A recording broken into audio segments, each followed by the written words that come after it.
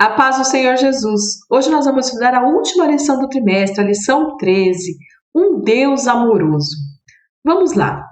Sentir o amor de Deus. Será que todo mundo sente esse amor? Né? Esse amor que Deus tem por nós? Assim, a maioria das pessoas, elas gostam, né, de ser amada, de ser bem tratada, de receber um carinho. Mas, infelizmente, tem algumas pessoas que têm dificuldade de receber isso, têm dificuldade de ser amada, sabe? Ela não consegue receber esse amor, e principalmente o amor de Deus. E aí a gente vai estar estudando agora alguns motivos, tem vários motivos, a gente vai estar estudando 3 motivos, que faz com que as pessoas não sintam esse amor de Deus. Um deles não perdoa a si mesmo. Tem pessoas que ela não consegue se perdoar. Ela acha que os pecados dela não têm perdão. Então ela não consegue entender esse amor de Deus, que o Senhor ele nos ama, independente do que nós fazemos, ele nos ama. E a pessoa fica toda hora ali, na consciência dela fica aquela acusação. Eu até coloquei ali consciência entre aspas, por quê? Porque nós sabemos também que o inimigo de nossas almas, ele fica lançando, né? Palavras, os dardos inflamados dele, dizendo que a pessoa não tem direito, que ela não tem direito à salvação, que ela não merece esse amor. Fica sempre lançando coisas. E tem a própria pessoa também que às vezes não consegue se perdoar. Eu conheci uma pessoa que ela estava no caminho do Senhor e por algum motivo ela acabou se afastando dos caminhos. Depois ela voltou, né? Ela reconheceu que ela estava errada, tal. Só que tinha algumas coisas que ela mesma não se perdoava. Ela achava que Deus já tinha perdoado, mas ela mesma não se perdoava. E uma vez numa consagração, Deus usou, o irmão falou com ela, nós oramos por ela e ela foi liberta desse sentimento, né? Dessa acusação. Então ela se perdoou, porque Deus já tinha perdoado. Uma outra aqui não assume as suas responsabilidades.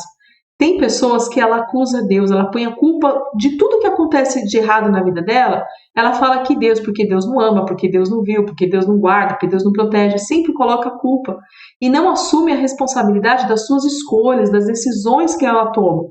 É lógico que tem momentos que passamos por provações. Um exemplo clássico que é Jó.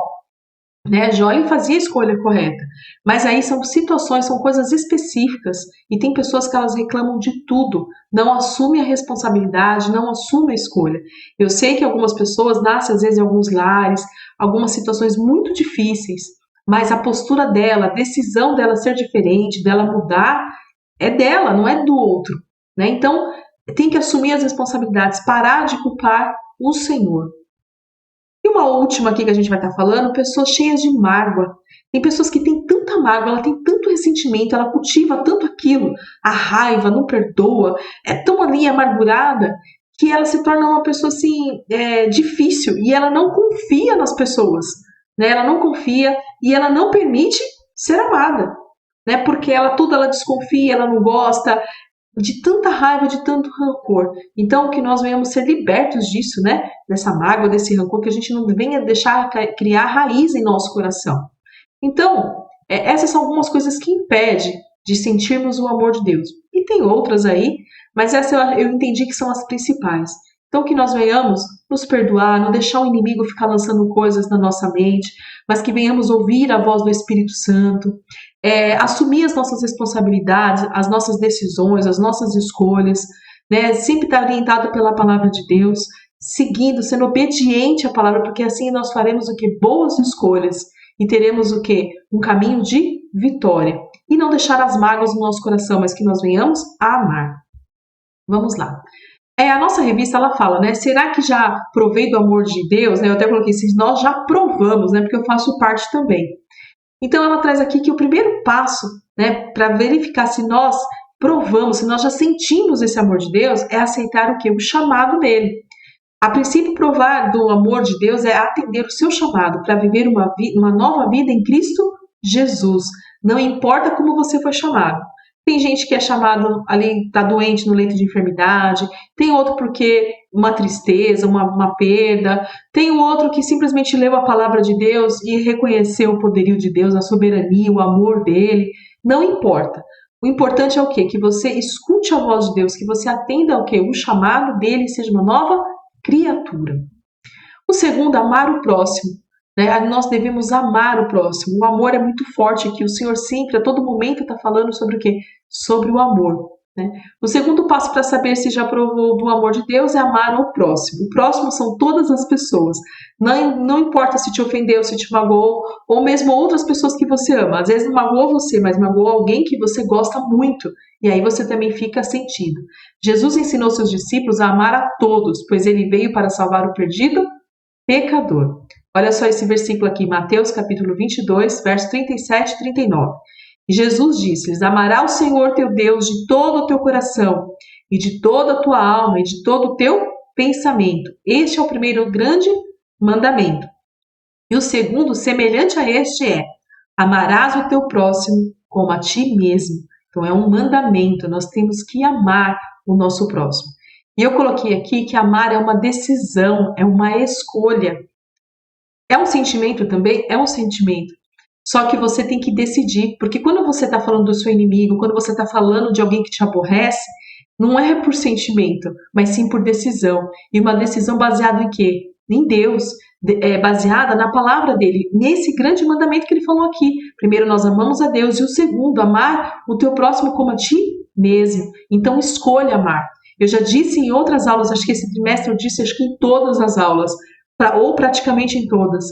Se alguém te magoou, se alguém te ofendeu, dobre o seu joelho, peça ao Senhor: Senhor, eu preciso amar. Porque amar aqui é uma decisão, você escolhe amar. Você fala: eu não quero criar raiz de amargura no meu coração, eu não quero odiar essa pessoa, eu quero amar. E você pode ter certeza que se você fizer isso, o Senhor, ele vai derramar o amor dele, ele vai derramar a graça dele, a unção dele sobre a sua vida. E quando você menos perceber, você ama essa pessoa naturalmente. Vamos lá. E a terceira aqui é a salvação, a certeza da salvação, né? O terceiro passo é se temos confiança na nossa salvação. O crente que não tem confiança na sua salvação tem medo do juízo de Deus. E se tem medo de morrer é porque ainda não provou o amor de Deus. Quem já provou do seu amor tem plena confiança na sua salvação. É lógico que nós não vamos ficar aqui desejando a morte, né? Ou senão você vai se colocar numa situação de perigo. Eu não tenho medo de morrer, então vamos... Não, não é isso. Você não pode fazer isso. Você tem que zelar pela sua vida, zelar pelo que o Senhor te deu. Só que se chegar o momento de você morrer, você não pode ficar com medo. Eu não posso morrer porque eu não sou salvo. Porque o juízo, porque eu vou ser condenado. Não. Você tem que ter certeza que se você morrer, você vai morar com Cristo. E um exemplo disso é quem? O apóstolo Paulo, exemplo de confiança. Olha esses versículos que o apóstolo Paulo falou. Aqui em Filipenses capítulo 1, verso 21. Pois para mim, viver é Cristo e morrer é lucro. Ele está falando assim: olha, eu estou aqui, eu estou vivendo, é Cristo, viver é o que o Senhor deixou para nós. E se eu morrer, para mim é lucro. Por quê? Porque eles tinham confiança que ele estaria com quem? Com Cristo, com o Senhor. Tem outro versículo aqui em 2 Timóteo, capítulo 4, verso 7 e 8, que diz assim: combati o bom combate, acabei a carreira, guardei a fé.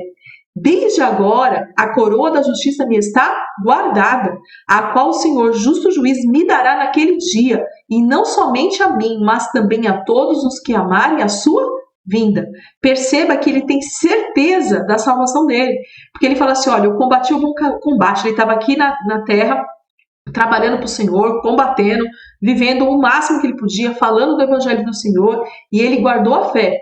E ele fala assim: a coroa da justiça está guardada. Então ele tem certeza que quando chegar naquele grande dia, ele vai receber o que? A coroa dele, do que? De salvação. E todos aqueles que amarem a vinda do Senhor, aqueles que esperam, que acreditam na promessa, que acreditam no Senhor Jesus, no amor de Deus.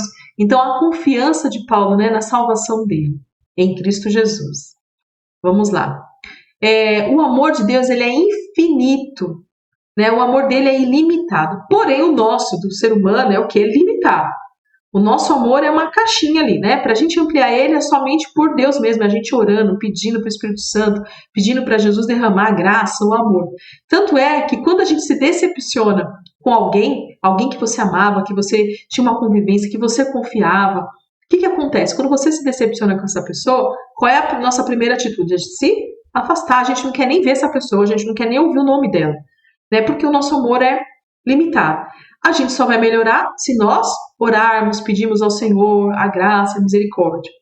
Só que Deus, ele não é assim. né? E assim, eu até coloquei, ó, se Deus tivesse o mesmo sentimento do homem pecador, já deixaríamos de existir há muito tempo. Na verdade, está na revista, né? Desde que o homem desobedeceu a Deus, tornou-se merecedor da morte e condenação. Se o Senhor tivesse o mesmo sentimento que nós temos os seres humanos, nossa, já não existia mais nenhum ser humano aqui. Já teria exterminado. Mas o nosso Deus é diferente, ele ama, o amor dele é infinito, né? E ao invés de se vingar, deu ao ser humano a oportunidade da redenção, manifestando o seu grande amor, dando o seu Filho Jesus para morrer por nós e nos conceder o que? A vida eterna. Só Deus para poder fazer isso, para dar o melhor, dar o Filho dele por nós. E lógico, né, que não poderia deixar esse versículo de fora dessa aula, que ele é o principal aqui, ó, João 3,16. Porque Deus amou o mundo de tal maneira, de uma forma assim que não tem nem palavras para explicar, que deu seu Filho unigênito, para que todo aquele que nele crê não pereça, mas tenha vida eterna. Nós pecamos, nós desobedecemos o Senhor a todo momento, falhamos, mas o Senhor está sempre ali, pronto, e Ele deu o Filho dele. Basta a gente acreditar no Senhor Jesus, que Ele é o caminho, a verdade e a vida, que Ele morreu por nós, e nós teremos salvação. Que amor é esse, né? Não dá nem para explicar o amor de Deus por nós. E devemos amar como Jesus nos amou. Eu coloquei essa figura aqui. Alguns podem falar, nossa, irmã Renata, essa figura é muito pesada, é muito triste de ver. Mas foi a realidade. A gente não sabe exatamente, mas conforme a Bíblia nos conta, foi algo terrível que Jesus passou na crucificação.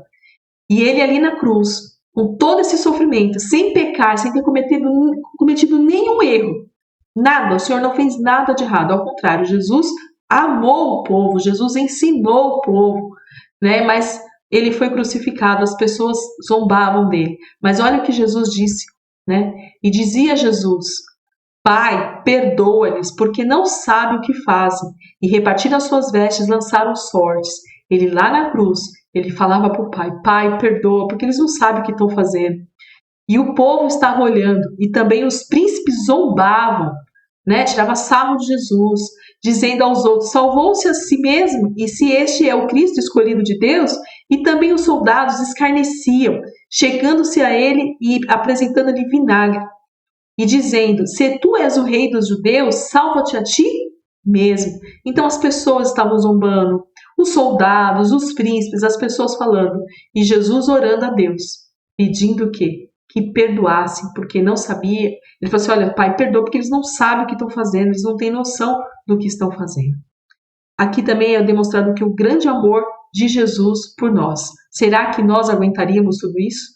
Mas olha só também o que Jesus disse antes de ser crucificado, né?